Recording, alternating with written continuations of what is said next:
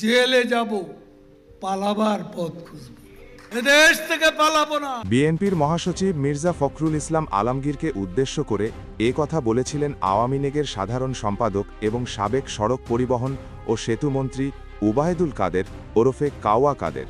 5ই August প্রধানমন্ত্রীর পদ থেকে পদত্যাগ করে দেশ ছাড়েন শেখ হাসিনা। এরপর ভারতে পালিয়ে যান সারা দিন কাওয়ার মতো আবল তাবল মিথ্যার ফুলঝুরি ছুটানো কাদেরও। বর্তমানে সেখানে সংকটাপন্ন ও অসুস্থ ওবায়দুল কাদেরের জীবন। সাধারণ মানুষের অসুস্থতায় দেশবাসী দোয়া করেন, যা আমরা ওসমান হাদি কিংবা খালেদা জিয়ার বেলায় দেখেছি। কিন্তু কাদেরের অসুস্থতার খবরে আনন্দে আর উচ্ছ্বাসে ভাসছে দেশবাসী। অনেকেই অধীর আগ্রহে অপেক্ষা করছেন কাদেরের মৃত্যুর খবর শোনার জন্য। কেউ কেউ অগ্রিম মিষ্টির বায়না দিয়েছেন। এটাকে মনে হয় বলে পাপের শাস্তি, যা দুনিয়াতেই পাচ্ছে কাদের। সব মিলিয়ে কার্যক্রম নিষিদ্ধ আওয়ামী লীগের সাধারণ সম্পাদক ওবায়দুল কাদেরের অবস্থা এখন সংকটাপন্ন। কলকাতার অ্যাপোলো হাসপাতালে ভেন্টিলেশনে তাকে রাখা হয়েছিল। গত শুক্রবার হঠাৎ তার শারীরিক অবস্থার অবনতি হলে প্রায় সংজ্ঞাহীন অবস্থায় তাকে হাসপাতালে নিয়ে যাওয়া হয়। হাসপাতাল কর্তৃপক্ষ জানায়, এই সংকটাপন্ন অবস্থায় নিরাপত্তার কথা চিন্তা করে পরিবারের সিদ্ধান্তে তাকে কলকাতার ভাড়া বাড়িতে ফিরিয়ে নেওয়া হয়েছে। বাড়িতে চিকিৎসক ও লাইফ সাপোর্ট সহ মেডিকেল ফেসিলিটির মাধ্যমে তাকে রাখা হবে। সর্বশেষ খবর হচ্ছে, হাসপাতাল থেকে চিকিৎসা নিয়ে কলকাতার গোপন স্থানে ফিরে গেছেন কাওয়া কাদের। বিভিন্ন ধরনের শারীরিক অসুস্থতার কারণে বেশ কিছুদিন ধরে শয্যাশায়ী ছিলেন তিনি। কলকাতার রাজারহাট নিউ টাউনের কাছে গোপন বাড়িতে চলছিল তার চিকিৎসা।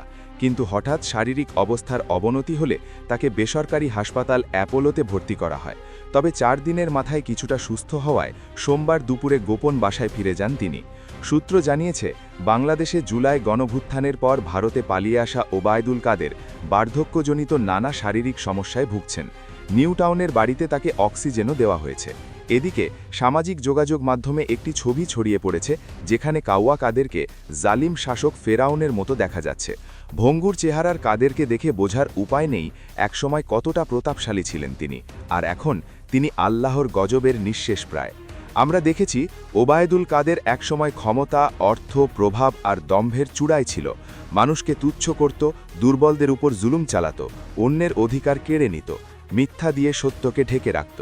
সে ভাবত কেউ দেখছে না, কেউ বিচার করবে না। কিন্তু সময়ের এক পর্যায়ে যখন তার অবস্থা খুবই করুণ হয়ে যায়, স্বাস্থ্য ভেঙে পড়ে, সম্মান ধূলিসাৎ হয়, প্রিয় মানুষরা মুখ ফিরিয়ে নেয়, একাকিত্ব তাকে গ্রাস করে, তখন মানুষ বলে সে তার পাপের শাস্তি দুনিয়াতেই পাচ্ছে। ইসলামী শিক্ষা ও নৈতিক দৃষ্টিকোণ থেকে বলা হয়, কিছু পাপ আছে যেগুলোর শাস্তি আল্লাহ তাআলা আখিরাতের আগেই দুনিয়ায় দেখিয়ে দেন, যেমন অন্যায়, জুলুম ও অত্যাচার।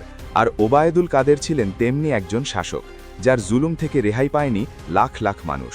জুলুম আল্লাহর কাছে সবচেয়ে অপছন্দনীয় কাজগুলোর একটি।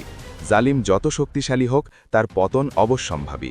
মানুষের হক নষ্ট করা, এতিমের সম্পদ আত্মসাৎ করা, দুর্বলদের কান্নাকে উপেক্ষা করা, এসবের পরিণতি দুনিয়াতেই ধরা দেয়।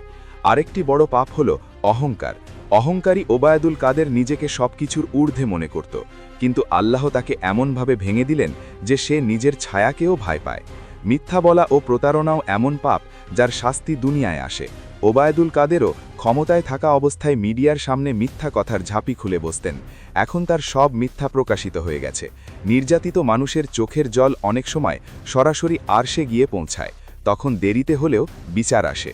ওবায়দুল কাদের সহ আওয়ামী লীগের অনেক নেতাদের এই সব ঘটনা আমাদের শেখায় পাপ করে পার পাওয়া যায় না। আসুন সড়ক পথে আওয়ামী মন্ত্রী ওবায়দুল কাদেরের অপকর্ম সম্পর্কে একটু চোখ বুলিয়ে নিই।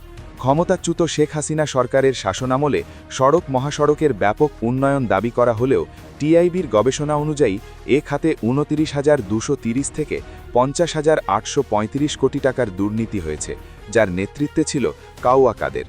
সহজের প্রকল্পে দুর্নীতির অভিযোগ বিষয়ে যোগাযোগ বিশেষজ্ঞ ডক্টর হাদিউজ্জামান বলেছেন, সড়কে ঠিকাদারি পেতে ঘুষ কমিশন হাতানোর উদ্দেশ্য প্রকল্পের বিষয় কারও অজানা নয়। বাংলাদেশের 4 লেনের মহাসড়ক নির্মাণ ব্যয় ভারত বা ইউরোপের চেয়েও অনেক গুণ বেশি।